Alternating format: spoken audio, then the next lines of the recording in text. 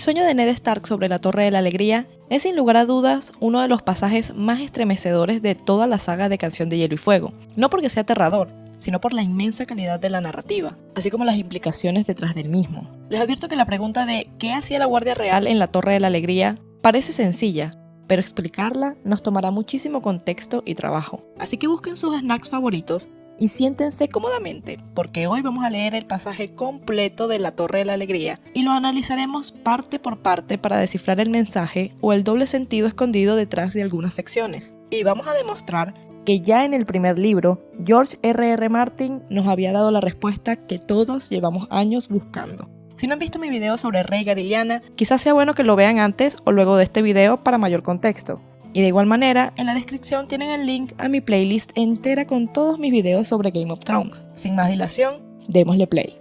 Volvió a tener el mismo sueño de hacía tiempo, el de los 3 caballeros con capas blancas, la torre caída y Lyanna en su lecho de sangre. En el sueño, sus amigos cabalgaban con él, como había sucedido en la realidad.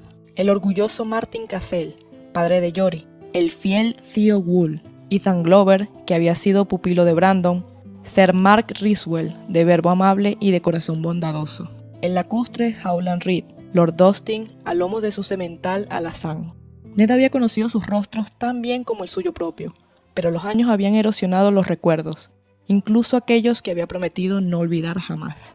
En el sueño no eran más que sombras, espectros grises cabalgando sobre caballos de niebla. Eran 7 y se enfrentaban a 3.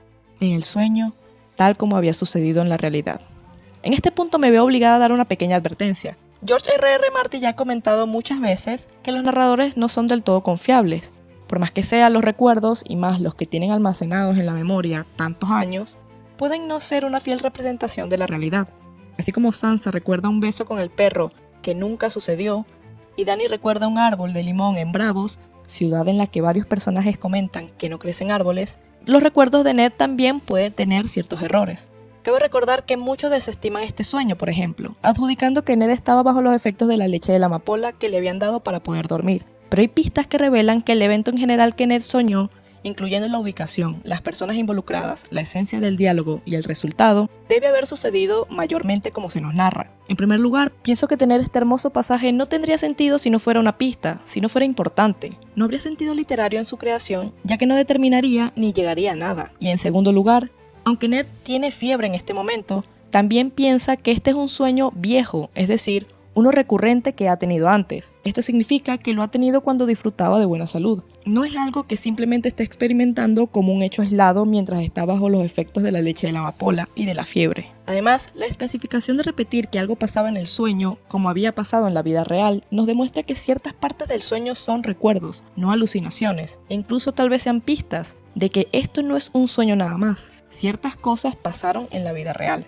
Eran 7 y se enfrentaban a 3. En el sueño, tal como había sucedido en la realidad. Pero no eran 3 jinetes cualquiera. Habían estado esperando ante la torre redonda, con las montañas rojizas de Dorne a sus espaldas, las capas blancas ondeando al viento. Y no eran sombras, sus rostros seguían siendo claros pese al tiempo. Sir Arthur Dayne, la espada del amanecer, con una amplia sonrisa en los labios.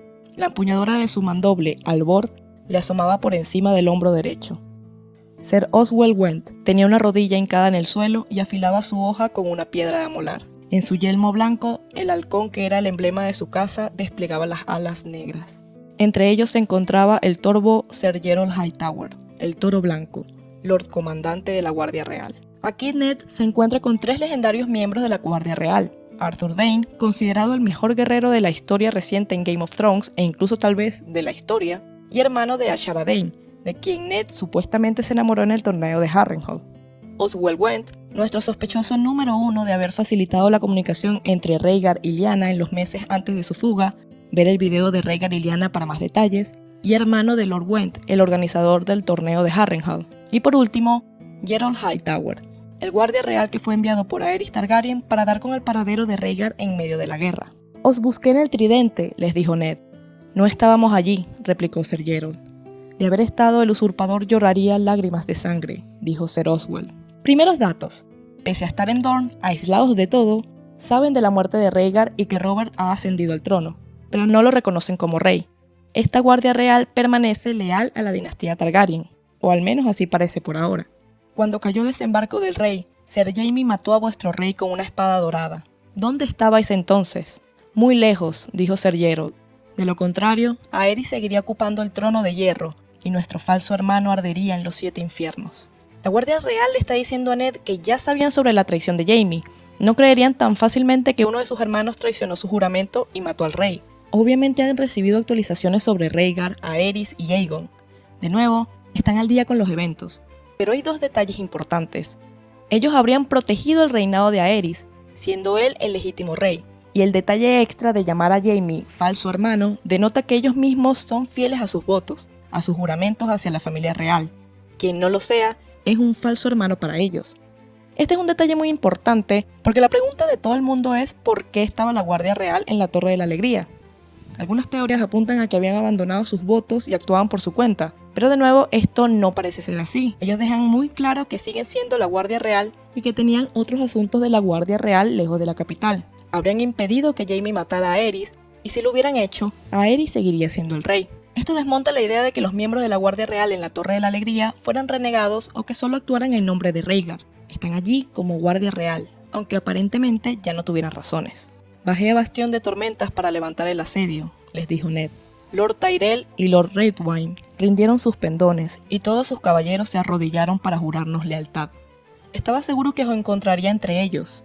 No nos arrodillamos tan fácilmente, señaló Ser Arthur Dayne. Ned les está diciendo que su causa está perdida y que deberían haberse rendido ya o que deberían rendirse ahora. Arthur Dayne le hace saber que la Guardia Real sigue cumpliendo su deber y no van a hincar la rodilla ante nadie. Ser Willem Darry ha huido a Rocadragón con vuestra reina y con el príncipe Viserys. Pensé que habríais embarcado con ellos. Ser Willem es un hombre bueno y honesto, dijo Ser Oswald. Pero no pertenece a la Guardia Real, señaló Ser Geralt. La Guardia Real no huye. De nuevo, aquí podemos notar un patrón y un mensaje claro que nos quiere comunicar este pasaje. La Guardia Real es leal a la casa Targaryen y la Guardia Real no se arrodilla ni huye. Puede que la batalla haya terminado, puede que hayan perdido, pero ellos siguen cumpliendo su deber. ¿Pero por qué entonces consideran ir a Rocadragón con Viserys, su nuevo rey, como huir? Sabemos específicamente que el primer trabajo de la Guardia Real es asegurar que el rey tenga protección en todo momento. Tanto así que antes de iniciar cualquier reunión entre los hermanos juramentados, el comandante debe preguntar por esto y asegurar la seguridad del rey. Viserys era el heredero de Aerys y solo faltaría coronarlo para volverlo el nuevo rey, y en práctica ya lo era. Pero si bien alaban a quien lo protege, es el propio comandante de la Guardia Real quien recalca que Ser Willem Darry no es uno de ellos, lo que sugiere que ir con Viserys ahora no es lo que la Guardia Real debería estar haciendo. Otro dato llamativo es que tampoco corrigen a Ned cuando llama príncipe a Viserys.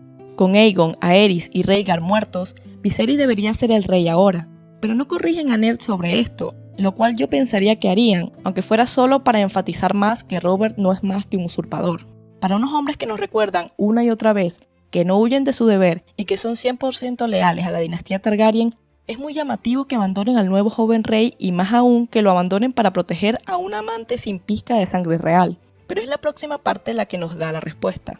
Ni entonces ni ahora, dijo Ser Arthur. Se puso el yelmo. Hicimos un juramento, explicó el anciano Ser Geralt. Los espectros de Ned se situaron junto a él, con espadas de sombras en las manos. Eran 7 contra 3. Y esto va a empezar ahora mismo, dijo Ser Arthur Dayne, la espada del amanecer. Desenvainó a Albor y la sujetó con ambas manos. La hoja era blanca como el vidrio lechoso. La luz hacía que pareciera tener vida. No, dijo Ned con voz entristecida. Esto va a terminar ahora mismo. En el momento en que los aceros chocaron con estruendo, alcanzó a oír la voz de Lyanna que gritaba su nombre. Una tormenta de pétalos de rosa cayó de un cielo jalonado de sangre, azul como los ojos de la muerte. Lord Eddard, llamó Lyanna de nuevo. Te lo prometo, susurró. Te lo prometo, Lyanna. Este es el final del sueño de Ned Stark sobre la Torre de la Alegría.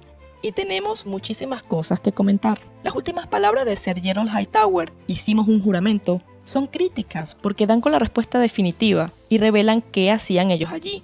Verán, muchas personas y teorías discuten por qué la Guardia Real estaba en la Torre de la Alegría. Una de las teorías que más se aceptan es que estaban allí para cuidar de Lyanna, ya sea por lealtad póstuma con Rhaegar o por orden directa de que incluso en su muerte la protegieran. Pero esta teoría no tiene sentido por 2 motivos. El primer motivo es que cualquier relevancia que tuviera Lyanna palidece ante la importancia que tiene Viserys. Cualquiera que defienda la teoría de que Lyanna no es más que la amante de Rhaegar falla verdaderamente en explicar cómo los guardias más honorables de la casa Targaryen fallarían en comprender que al morir Rhaegar, Aegon y Aerys, nada justifica que el nuevo rey se encuentre solo y en peligro. No hay excusa para que al menos uno de ellos no acuda inmediatamente con Viserys, mucho menos para que le nieguen la protección de los tres. Viserys era el nuevo rey Targaryen y, como hemos visto, la primera responsabilidad de la Guardia Real era asegurar su protección. El que lo abandonen es demasiado llamativo, extremadamente llamativo. Sabemos que la Guardia Real está para proteger a la familia real, pero específicamente al rey. En el sueño que tiene Jaime al abandonar Harrenhal, el fantasma de Arthur Dayne con tristeza infinita le recuerda: todos hicimos juramentos. Y hacia el final del sueño, Ser Gerold Hightower le vuelve a insistir en esto al recriminarle que había jurado dar la vida por Aerys. Asimismo, en varios pasajes de los libros se nos dan a conocer algunos de los votos que hace la guardia, y todos estos tienen que ver con proteger al rey a toda costa, y dar la vida por él si fuera necesario. Todo esto nos lleva solo a la obvia conclusión de que la Guardia Real no considera a Viserys como su rey. Si él fuera su rey, uno de ellos tendría que estar al lado de él, muchísimo más en un momento como este. Y esta no es una ideación de mi parte. Al morir el rey, la protección pasa inmediatamente a su heredero. De esto tenemos confirmación y un muy buen ejemplo cuando Ser Barristan Selmy, hermano juramentado de estos mismos caballeros y que sin duda aprendió de ellos, al enterarse de la muerte de Robert Baratheon, se excusa del consejo aludiendo que su lugar estaba junto a su nuevo rey. Algunos dirán que la guardia tiene que ser apuntada para proteger al nuevo rey, quizás por la mano, pero Selmy conoce su lugar inmediatamente. Y aunque en efecto hace caso a Ned Stark cuando éste le ordena que no se retire del consejo, no hay una mano del rey con vida en el caso de la antigua Guardia Real. La última mano, el piromante Rossard, fue asesinado por Jaime Lannister, así que la responsabilidad en este sentido debería recaer en el comandante de la Guardia Real, de saber su lugar en un momento como este. Y claramente, Gerold Hightower consideró que su lugar era a las puertas de la amante moribunda de Rhaegar. No lo veo ni lo creo. El segundo motivo es mucho más obvio y simple, el hecho de que era Ned Stark quien estaba yendo a buscar a su hermana, no era Robert, Hoster Tully o Jon Arryn. La casa Stark acababa de perder a su señor y heredero únicamente porque se negaron a dar a su amada Lyanna por perdida, y su hermano dejó todo por ir en su búsqueda. Las subsecuentes acciones de Aerys dieron inicio al fin de los Targaryen, y fue su hermano, Eddard Stark, quien cabalgó con un grupo de leales compañeros para buscar a su amada hermana. Cabe recalcar aquí que estos eran caballeros leales a los Stark, hombres del norte. No eran leales a los Lannister o a los Baratheon, eran norteños que obedecerían y seguirían las órdenes de Ned. De los Stark se sabía que eran unidos y se tenían cariño. Asimismo, el honor y la rectitud de los Stark era de siglos atrás ya conocido. No hay manera de que la Guardia Real creyera que Ned o sus acompañantes pudieran haber representado una amenaza para Lyanna. Ned habría sido el primero en morir defendiéndola y lo demostró enfrentándolos. Así que el simple hecho de proteger a Lyanna queda desvirtuado una vez acaba la guerra y Rhaegar Targaryen muere. La Guardia Real enfrentó a Ned porque no era a Lyanna a quien protegían. La Guardia Real permaneció en la torre e ignoró la necesidad de protección de Viserys porque estar con él no era su deber. Pero ahora, la presencia de la Guardia Real en la Torre de la Alegría, lejos de la familia real, ¿no significa simplemente que renegaron de Aerys y ya no le eran fieles? He visto esta pregunta algunas veces, así que la responderemos rápidamente. No hay nada inusual en la presencia de la Guardia Real en la Torre de la Alegría durante la guerra. Al principio eran solo 2 de ellos, Oswell Went y Arthur Dayne, mientras que 5 miembros aún protegían a la otra familia real. Y ellos no estaban ahí por diversión, estaban acompañando a Rhaegar, lo cual es normal. Recordemos que Rhaenyra Targaryen siempre tenía 2 guardias con ella por órdenes sin duda de Viserys. Es costumbre que el heredero tenga algún guardia real para protegerlo. Ser Gerold Hightower se les unió luego, cuando Aerys le dio la orden de encontrar a Rhaegar y hacerlo volver a Desembarco del Rey. Lo más probable es que Rhaegar le hubiese pedido que se quedase para ayudar a proteger a la debilitada Lyanna. Y dado que Ser Gerold ya había obedecido las órdenes de Aerys de hacer volver a Rhaegar, y la orden de Rhaegar no contradecía ninguna de Aerys, decidió obedecer y quedarse, ya que no había una orden superior de su rey. 4 miembros de la Guardia Real estuvieron disponibles para la familia real desde entonces hasta el Tridente, donde 2 murieron y 1 resultó herido. Luego sabemos que ocurrió el saqueo de Desembarco del Rey, y con esto oficialmente habían muerto Aerys, Rhaegar, Rhaenys y Aegon. Es hasta este punto que la presencia de la Guardia Real en la Torre de la Alegría está justificada. Luego, al saber que Viserys era el siguiente monarca Targaryen en la línea de sucesión, debieron acudir a él, pero no lo hicieron e implicaron fuertemente que Viserys no reunía las condiciones para que la guardia acudiera a él. El mismo Ser Geralt da la respuesta cuando señala que hicieron un juramento, y si bien algunos quieren pensar que el juramento es hacia Rhaegar, el de proteger a Lyanna, que sea Geralt Hightower quien lo diga, el mismo hombre que le recordó a Jaime que había hecho un juramento hacia el rey, y que lo remate recordando a Ned que la Guardia Real no huye y que quien protege a Viserys no es de la Guardia Real, es una clara evidencia de que no, ellos no están ahí por Rhaegar, ellos están ahí como Guardia Real. Asimismo, la Guardia Real no se muerde la lengua y se apresura a corregir a Ned cuando se refiere a Robert como el vencedor, denunciándolo como el usurpador. Pero no lo corrigen cuando este se refiere a Viserys como el príncipe. Como comenté anteriormente, este fue el final del sueño de Ned, pero no el final de lo que sucedió en la Torre de la Alegría. Sabemos que hubo una batalla y que al final solo quedaron en pie Ned Stark y Howland Reed. Pero sabemos que fue Ser Arthur Dayne el último guardia real en estar en pie, y que de no haber sido por Howland Reed, este habría acabado con Ned. La forma en la que Howland consiguió acabar o detener a la Espada del Amanecer es aún un completo misterio. Algunos dicen que, al igual que en la serie, lo atacó por la espalda, pero Arthur Dayne sin duda debe haber estado al tanto de sus movimientos. En los libros vemos que Garland Tyrell se entrena peleando hasta con 4 hombres, pues sabe que en una verdadera batalla rara vez va a tener el lujo de enfrentar solo a un oponente. Es difícil de creer que el legendario Arthur Dayne estuviera menos preparado en este aspecto y no haya podido repeler fácilmente el ataque de un pobre lacustre como Howland. Otra explicación es que Howland Reed pudo haber hecho uso de algún tipo de magia. No es extraño que se acuda a este recurso en los libros, y se sabe que Jojen, hijo de Howland, tiene poderes verdevidentes conectados a los dioses de los primeros hombres. En la historia que Mira cuenta a Bran sobre Harrenhal, confirma que su padre fue a la isla de los rostros, el único sitio donde quedan arcianos al sur de Poniente, y rezó a los dioses del bosque. Luego de esta historia, Bran medita y recuerda que en muchas historias se habla de los poderes de los hombres verdes, poderes que sabemos realmente existen.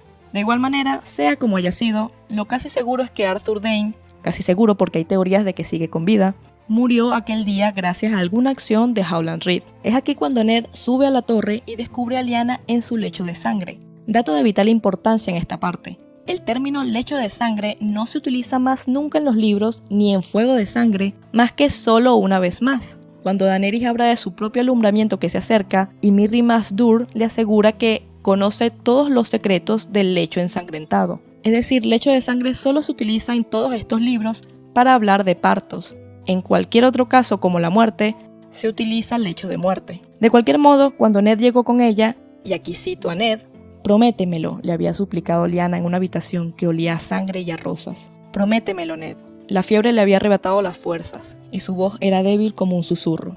Pero cuando Ned le dio su palabra, el miedo desapareció de los ojos de su hermana. Recordaba cómo le había sonreído, con cuánta fuerza le había aferrado la mano mientras dejaba de resistirse a la muerte, cómo se le habían caído de entre los dedos los pétalos de rosa, negros y marchitos. Después de aquello ya no recordaba nada. Lo habían encontrado muy quieto, mudo de dolor, abrazado a Lyanna. Howland Reed, el menudo lacustre, había desentrelazado las manos de los hermanos. Sea cual sea la promesa que hizo Ned, sabemos que le ha pesado toda la vida. Casi en todos los capítulos recuerda a Lyanna y lo último que le suplicó antes de morir. Ned amaba tanto a su hermana que mantuvo su palabra aun cuando hacerlo le había costado muchos sacrificios. Sacrificios que no son especificados, pero que podemos intuir en base a lo que piensa Ned, como cuando le promete a Shattaya, la madre de la hija bastarda de Robert, que hablará con él de ellas y piensa, era su maldición. Robert juraba a las mujeres amor eterno y las olvidaba antes del ocaso, pero Ned Stark siempre cumplía sus promesas. ¿Qué mayor promesa que sus votos matrimoniales con la honorable Catelyn Tully? ¿Y qué mayor deshonra para su matrimonio que engendrar a un bastardo? El honesto, leal y honorable Ned Stark simplemente no parece ser del tipo de hombres que caerían en este tipo de tentaciones. Bueno, en ningún tipo de tentaciones. Y no parece empatizar mucho con su amigo Robert cuando Shattaya le dice que este había sido muy bueno con ella, y Ned no parece pensar lo mismo. Sería muy hipócrita de su parte despreciar eso de Robert si él fuese parecido. Una cosa que tampoco se ha comentado de esta promesa a Lyanna es que parece ser un secreto. Ningún otro personaje con un punto de vista parece saber ni siquiera que hubo una promesa entre los dos. Ni Robert, quien era el prometido de Lyanna y que según Ned la amaba incluso más que él mismo, o Catelyn, que en teoría debería ser la mayor confidente de Ned, sabían de ninguna promesa que éste le hubiera hecho a su difunta hermana.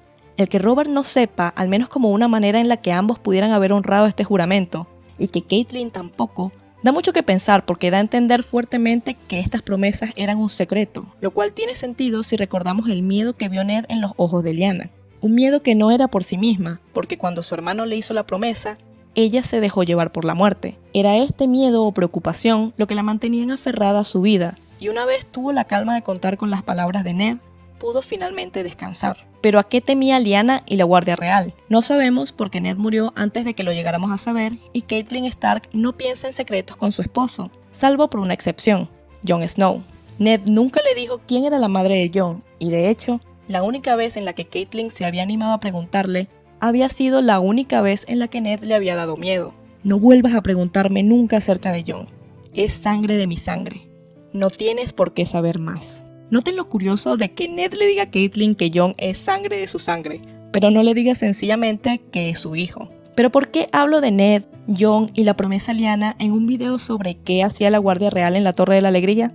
¿Por qué ir con Viserys constituiría una huida si Viserys debería ser el rey Targaryen? Pues es una huida porque Viserys en realidad no es el rey.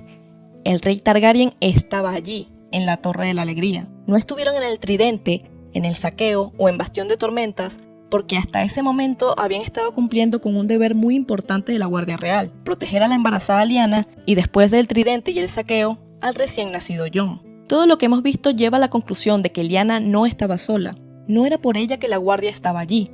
No dejaron a Ned ver a su hermana por quién estaba con ella, y por eso se enfrentaron. La Guardia no tenía motivos para pensar que Ned Stark fuera peligroso para ella, pero ¿cómo se comportaría el hermano del alma de Robert Baratheon ante la revelación del hijo de Rhaegar Targaryen? No protegían a Lyanna de Ned, protegían al hijo de Lyanna de Ned y de sus acompañantes, que aunque Ned pudiese ser persuadido, asegurar el silencio de 6 hombres más era un riesgo extremadamente alto que claramente no estaban dispuestos a tomar. Lo que sucedió en la Torre de la Alegría, en mi opinión, es que fueron asignados a ese lugar por Rhaegar, el príncipe de Rocadragón, para proteger a su recién casada esposa, la princesa Lyanna de la casa Stark, y a su hijo nonato, ya que Lyanna aún estaba embarazada. Este infante sería miembro de la casa real y tercero en la línea de sucesión al trono de hierro, después de Rhaegar y Aegon. Si era niño, por supuesto, y si era niña, quinta detrás de Rhaenys, pero por delante aún de la no nacida Daenerys. Aún había muchos miembros de la Guardia Real en pie, por lo que no era deshonroso de su parte cumplir con esta orden,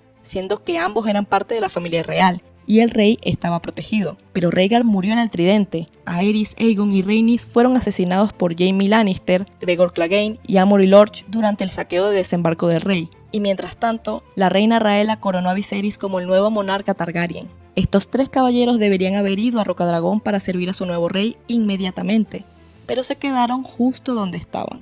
Esto se debe a que el hijo de Lyanna fue un niño, y por lo tanto, el verdadero heredero al trono de hierro, no Viserys. Como les comenté en el video anterior, según la sucesión monárquica, cualquier hijo del príncipe heredero va por delante de sus hermanos. Por eso la Guardia Real no se movió de su puesto, y cuando ya habían confirmado que el hijo de Lyanna era varón, convirtiendo a este bebé en el verdadero monarca de Poniente, apareció el mejor amigo del usurpador con 6 hombres desconocidos. La Guardia Real no tuvo más remedio que defender a su rey hasta el último hombre, cumpliendo así sus votos hasta el final. Otros quienes también se suscriben a la teoría confirmada en la serie de que Lyanna y Rhaegar igual a Jon, defienden que la Guardia Real estaba en la Torre de la Alegría solo porque creían en la profecía de Rhaegar y en la importancia que Jon tenía para la profecía de las 3 cabezas de dragón. Pero este intercambio también destruye por completo esta idea. Si bien no es imposible que sobre todo Arthur Dayne, que era el único verdadero amigo de Rhaegar, supiera de la profecía, los 3 caballeros estaban ahí y enfatizan que están ahí en su capacidad de Guardia Real. No hay razón para creer que, especialmente Ser Gerold, pudiera abandonar su juramento y su deber para con Viserys por cumplir una supuesta profecía. Asimismo, ellos ya sabían de la muerte de Rhaenys y Aegon. Cualquier sueño de cumplir una profecía con los 3 hijos de Rhaegar murió junto a esos 2 niños. Motivo extra para que abandonen la torre, siendo que ninguno de sus ocupantes sería miembro de la familia real, al menos no de manera legítima, y que su rey estaba a la deriva sin ayuda o protección. Otra teoría que defiende que la Guardia Real ya no era leal a Aerys se basa en que este nombró a Viserys como su heredero luego de la muerte de Rhaegar, y esto quita inmediatamente el derecho al trono de cualquier hijo de Rhaegar. Pero este nombramiento es desconocido en general. Lo sabemos gracias al libro de Mundo de Hielo y Fuego, pero no muchas personas parecen tener esta información aún hoy en día en la historia. Parece ser cierto, puesto que Jaime recuerda que luego de matar a Aerys, los hombres de su padre le preguntaron a quién nombrar rey, y él pensó en Viserys en primer lugar, sin duda porque él estaba ahí y sabía del nuevo heredero. Pero como dije, Ser Geralt Hightower y compañía estaban lejos en ese momento. Su flujo de información se basaba en informes de terceros y dependían de quien estuviera llevándoles la información. Y esta o estas personas podrían no haber tenido conocimiento del nuevo nombramiento de Viserys o podrían haber decidido ignorarlo en sus informes. Pero sea como sea, ¿cómo podría Rhaegar casarse con Lyanna Stark si ya estaba casado con Elia? Existen 3 opciones. 1. Rhaegar se casó con Lyanna como segunda esposa bajo la religión de los 7 y por lo tanto tuvo un matrimonio polígamo con 2 esposas, de lo que ya existen precedentes. 2. Rhaegar anuló su matrimonio con Elia Martell de acuerdo con el derecho canónico de los 7 y luego se casó con Lyanna bajo la misma religión. En este caso, la ley religiosa de los 7 regula cómo se pueden anular matrimonios celebrados por un septón. 3. Alternativamente, Rhaegar podría haberse casado con Lyanna bajo una religión diferente a la de los 7. Dado que en Poniente solo existen matrimonios religiosos bajo religiones competentes, cada religión aplica su propia ley. Desde el punto de vista de los antiguos dioses, tanto Rhaegar como Lyanna estaban solteros. Esto es similar a cómo Ned Stark se casó con Catelyn bajo ambas religiones, porque Catelyn quería casarse bajo los 7 y Ned quería hacerlo bajo los antiguos dioses. Esta teoría tiene cierta fuerza tomando en cuenta que el sitio en el que desapareció Lyanna queda muy cerca de la Isla de los Rostros, el único sitio en todo el sur de Poniente en el que podría haber conseguido un arciano. Algunas teorías afirman que pudieron haberse casado ante testigos, la Guardia Real, bajo la religión de Lyanna y los antiguos dioses. Si nos vamos a la primera opción, también la veo posible, ya que existe algo conocido como la doctrina Targaryen del excepcionalismo, de la era de Jaehaerys I. Es un poco polémica, pero en muchos sentidos sirve como una base legal para justificar que los Targaryen no son como el resto de los hombres, y por lo tanto, pueden hacer cosas que el resto no puede. Esta doctrina trata más que todo sobre el incesto que la poligamia, pero Aegon el Conquistador tuvo 2 esposas quienes también eran sus hermanas, y Maegor el Cruel tuvo varias esposas, provenientes de casas ajenas a la suya, lo que establece un precedente de poligamia entre los Targaryen. Sin embargo, la capacidad de los reyes Targaryen para desafiar las convenciones disminuyó notablemente una vez que ya no tuvieron dragones. Con un dragón a tu lado, las reglas se aplican de manera muy diferente. Pero sin estas bestias, el poder de los Targaryen para imponer su voluntad se vio significativamente reducido, y las tradiciones de los 7 ganaron más influencia. Tomando esto en cuenta, la poligamia Targaryen estaba totalmente en desuso, pero había precedente, y no estaba textualmente prohibida. Para nada veo imposible que Rhaegar o su séquito pudiera haber encontrado un septón ansioso por ganarse la buena voluntad del príncipe heredero a la corona. Recordemos que era el adorado del pueblo, el perfecto príncipe Rhaegar Targaryen a quien todos buscaban acercarse y todos querían complacer. En cualquier caso, Rhaegar tenía opciones para justificar su unión con Lyanna, ya sea mediante la poligamia bajo los 7, la anulación o un nuevo matrimonio bajo la misma religión, o un matrimonio bajo los antiguos dioses. Creo ya haber dado bastantes evidencias de lo que hacía la Guardia Real en la Torre de la Alegría, confirmando la legitimidad de Jon Snow. Lo que pasó luego de la Torre de la Alegría lo conocemos por pedazos. Sabemos que Ned fue a Campo Estrella para regresar la legendaria espada de los Dayne, Albor, y que allí se quedó lo suficiente como para que Jon fuera hermano de leche de Edric Dayne, hijo del señor de Campo Estrella y sobrino de Arthur y Ashara Dayne. Lo más probable es que la ama de cría de Edric, Willa, lo fuese primero de Jon. La casa Dayne tenía su asentamiento no tan lejos de la Torre de la Alegría, y Lyanna sin duda no pudo haber estado sola en su alumbramiento. Lo más normal es que Arthur Dayne fuese a su casa por una ama de cría confiable que ayudara a Lyanna en esos momentos. Esto es interesante porque da a entender que mínimo Ned fue aceptado como un invitado de los Dayne por algún tiempo, luego de haber dado muerte al legendario Lucero del Alba. Y es que los Dayne son una casa fascinante y muy misteriosa, cuyo papel en estos eventos está muy bien escondido intencionalmente, y de la que sin duda alguna hablaremos pronto. La presencia de la Guardia Real en la Torre de la Alegría no fue un acto de lealtad a Rhaegar o a una profecía, fue un acto de lealtad a su deber como Guardia Real, proteger al rey. Y en ese momento el rey era Jon Snow, hijo de Lyanna Stark y Rhaegar Targaryen. El sueño no es solo un recuerdo de Ned, es una pista maestra de George R.R. Martin, quien desde el primer libro ya nos había dado la respuesta a uno de los mayores misterios de la saga, la verdadera identidad de Jon Snow. Pero esto no es solo una revelación sobre Jon, es una reflexión sobre el honor, el deber y el precio de las promesas. Ned Stark, el hombre más honorable de los 7 reinos, cargó con el peso de esa promesa durante toda su vida. Protegió a Jon, lo crió como su propio hijo y soportó las miradas de desprecio y las preguntas incómodas de su esposa Catelyn y del mundo entero, que se dio el lujo de disfrutar verlo no ser tan recto como se creía. Ned pagó un alto precio por cumplir la promesa que hizo su hermana, proteger a su hijo de la ira y el odio de Robert.